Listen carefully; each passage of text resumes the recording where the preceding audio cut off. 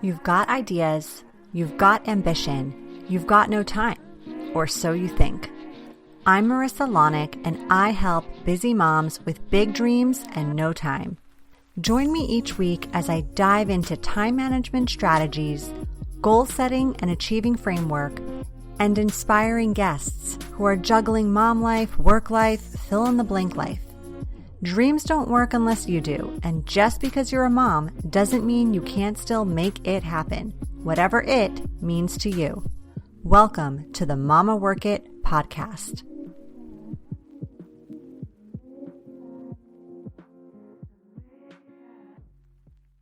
Hey mamas, welcome back to another awesome episode of the Mama Work It podcast. I am so glad you're here.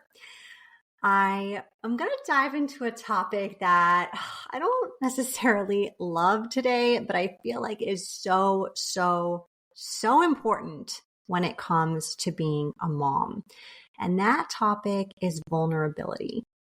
So I don't know if you know this or if you realize this, but I'm kind of a private person. And believe it or not, it takes a lot for me to be vulnerable, especially in the Mama Work It brand or in business.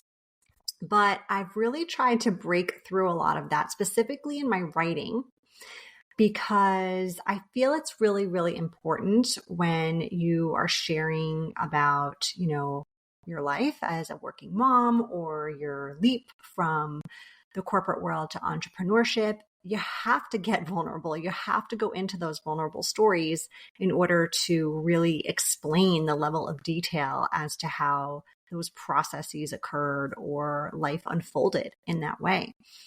But that doesn't mean that it's easy for me. That doesn't mean I don't necessarily get what I like to call the vulnerability hangover after the fact, which basically is like once I publish the work, whether that be on the blog or in the book, I have a moment where I'm like, what did I just do? What did I just say? Why did I think it was okay to share that? And I feel really vulnerable and worried and nervous and all the feels. And so it can feel really uncomfortable to me. And I think if I'm feeling this way, maybe you're feeling this way too. And I don't know if that's just a personality issue that I have or a character trait that is deeply ingrained in me, or it's a little bit of like the societal pressures out there that we're seeing and feeling. For example, maybe you feel like I'm a mom. I'm supposed to be strong. I'm supposed to do all the things. I'm supposed to make it look easy and not lose my patience and appreciate every moment of every day because the years are short, or whatever it is you're telling yourself. Maybe it's more on like the leadership side, like I'm a leader. I'm supposed to have it together. I'm not supposed to stress out about things. I am supposed to know how to fix problems when they come up and know how to prevent things from going wrong. Maybe it's on the entrepreneur side. Like I'm a business owner. I'm supposed to know what I'm doing. I'm supposed to know how to be successful. I'm a time management expert. I'm supposed to always be organized and always be productive. And guess what? I rarely check all those boxes all the time. There are days I might feel like I am just nailing it at motherhood, but maybe my business is being totally neglected. Or there are days when I've got a really meticulously crafted schedule, but then my kid gets sick and I end up doing like 20% of what I thought I would. There are days I yell. A lot of days, actually. There are days I feel like a hot mess, and I'm supposed to be helping other people not feel like a hot mess. And the funny thing about that is I'm still pretty good at helping other people, just not always helping myself. I have a client who actually told me if she took 10% of her own advice, she'd be in a much better place. It's like so funny how it's so much easier for a lot of us to tell other people what to do than to actually do it ourselves, to actually implement it within ourselves, isn't it? So this vulnerability thing, even after 7 years in business, I struggle with it. Even after reading all the Brene Brown books, I can sometimes cringe at it. Even after working with several coaches and hearing that people connected with me because of a vulnerable story I shared or an experience I had that felt really similar to their experience, I still find it to be super uncomfortable. And you know how people say, like, if you've ever met someone and they're like, oh, I'm an open book. I get that a lot on the podcast, actually, with guests. I don't feel like an open book. I feel like I'm a closed book. Maybe not a closed book, but I feel like I'm a book who only opens up sometimes. So if you know me, you know I like to write. I've written 3 books to date, and I've also been part of an anthology called Boy Moms by Cara Forney. So I wrote and published my first book, Time Momagement, How to Get the Time You Need to Do the Things You Want, back in 2019. And we just released the second edition of that in 2024. So if you haven't read it, definitely check it out, mamas.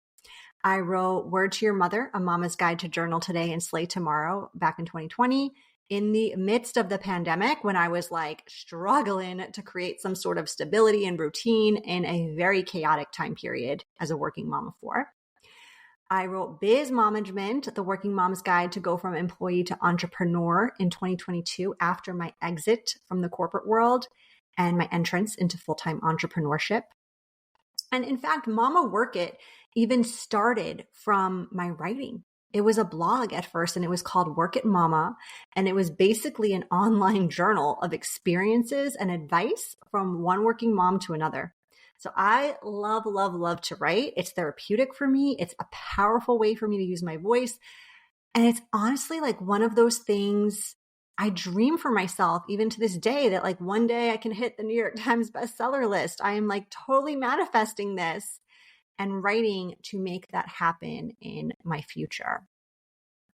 So in the meantime, it's been a while since I've really released anything other than blog pieces. And so I wanted to share a vulnerable story that I wrote. I want to share it with you here on the show. I'm also going to be publishing it on the blog, but I want to share it as a way to connect, as a way to grow, as a way to share with you that none of us have it all together. Like, not the seemingly perfect influencers on IG, not the business owners or the corporate badasses, not the trad wives, the trophy wives, not the most confident or least confident people out there. None of us have it together all the time. But using the gifts we do have, I really think we can help each other feel just a little bit better by bringing that like special something to the potluck of life. So enjoy, my friends. I'm going to read it to you. If this episode resonates with you, I would love to have you join the Mama Work It email list, where I write you a weekly note about all things working mom life. Lots of vulnerable stuff shared in there from time to time. So feel free to check it out. You can subscribe on the website, www.mamaworkit.com. And without further ado, I'm going to read you a little story I wrote called The Tattoo. Enjoy.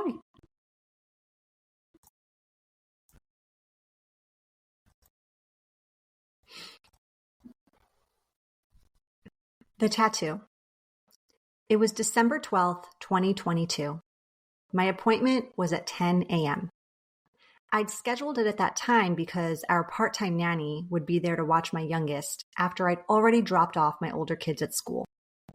Despite my being responsible in this way, I felt nothing of the sort. The night before, I'd had a terrible dream about frivolously shopping at Bergdorf Goodman in New York City with an old friend, when I needed to actually be picking up my son at school. I had no business shopping at Bergdorf, nor shopping in general during this particularly tight financial season of life. Also, I live in California, not New York. Dreams can be strange and yet so in tune. The cost was a measly $250, but even that felt like a stretch during that season.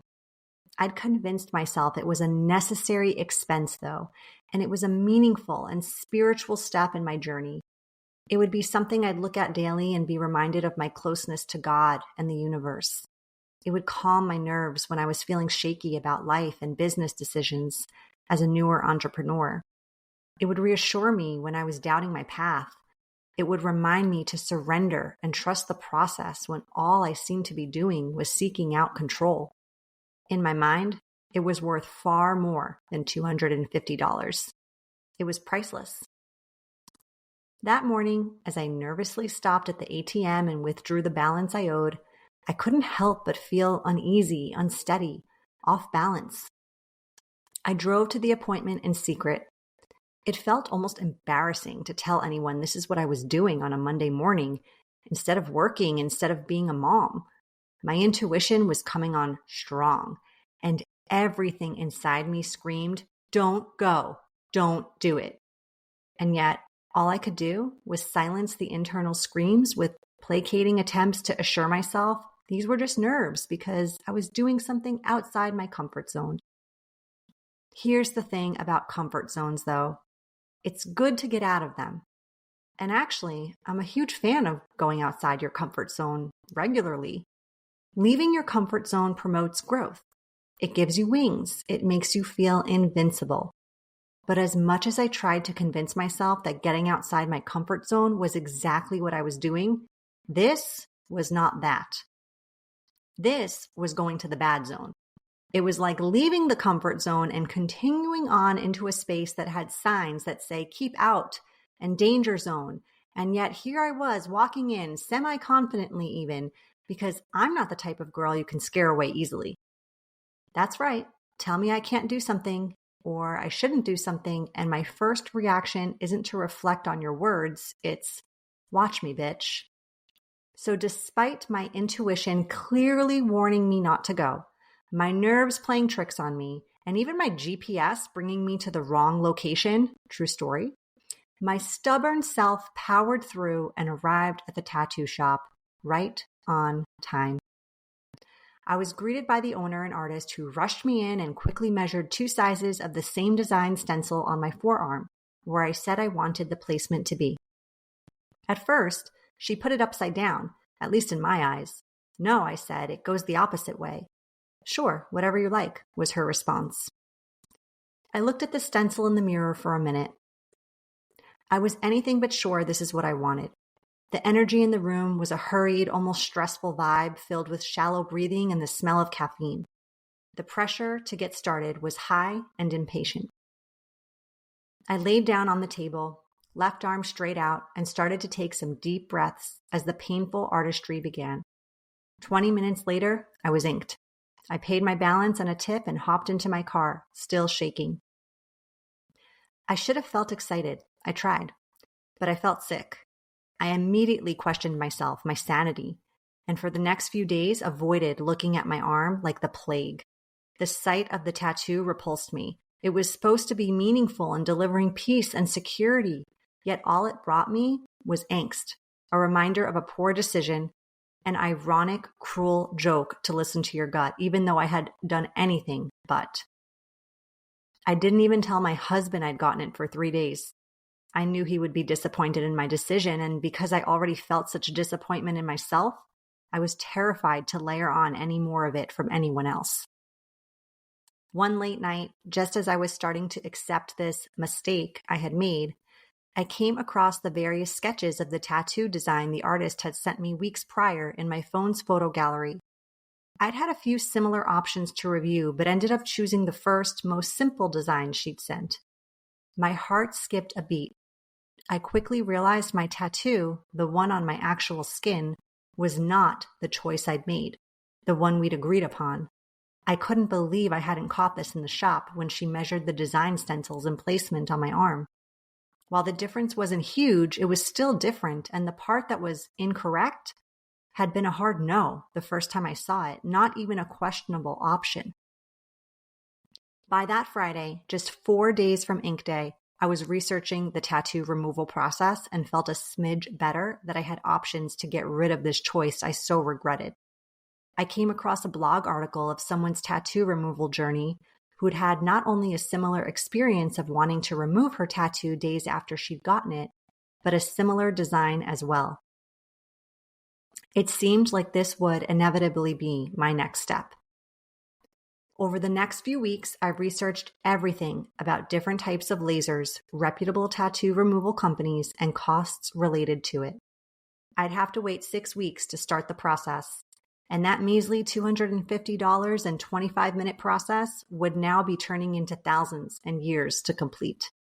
I felt so ashamed. I felt so awful. I felt so dumb. Thankfully, winter was upon us, and I was able to wear long sleeves day in and day out. This not only helped me conceal the tattoo from anyone else and not have to talk about my big fat mistake, it also helped me not have to be reminded of it by accidentally glancing at it numerous times per day. I did everything over the next few months to keep my tattoo under wraps. I slept in hoodies. I worked out in long sleeves. I locked the door every time I showered for fear one of my kids would enter and see it.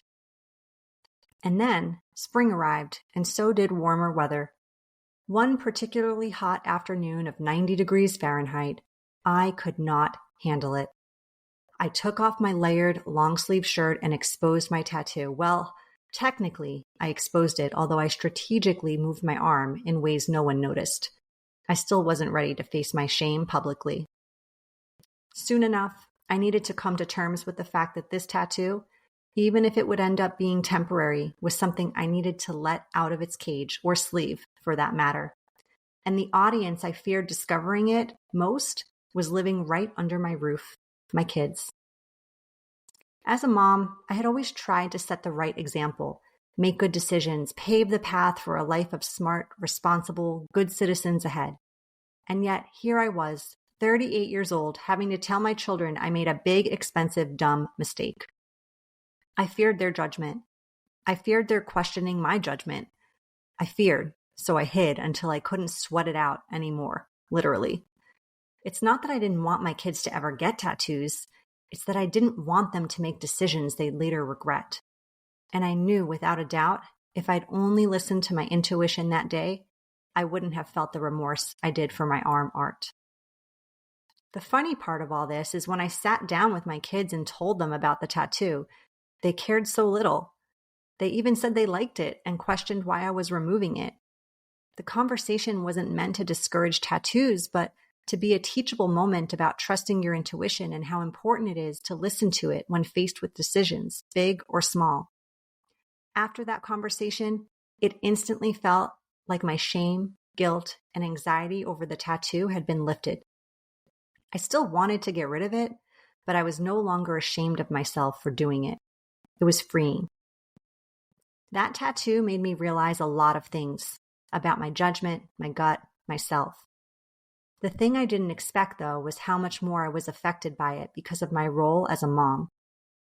Motherhood has layered in additional pressure, anxiety, stress, and shame in every decision I make. Not only do I feel the need to parent others well, I realize the need to parent myself along the way. I no longer regret the tattoo, even though I'm still in the arduous process of removing it 2 years later. It taught me things and gave me permission to open my vulnerability door to my children, one that was often deadbolt locked shut. I do wish the removal process was quicker and cheaper, but maybe I needed to sit with that ink as long as I did to fully receive the gift it gave me. P.S. I don't hate tattoos. I still think about getting another one, but if and when I do, I'll listen to my intuition and trust where it's guiding me. Well, thank you so much for listening to that. It was such a therapeutic process for me to write that essay, that story. And this is my first time releasing it into the world. So thank you for being a captive audience and listening to it. And I hope you enjoyed it.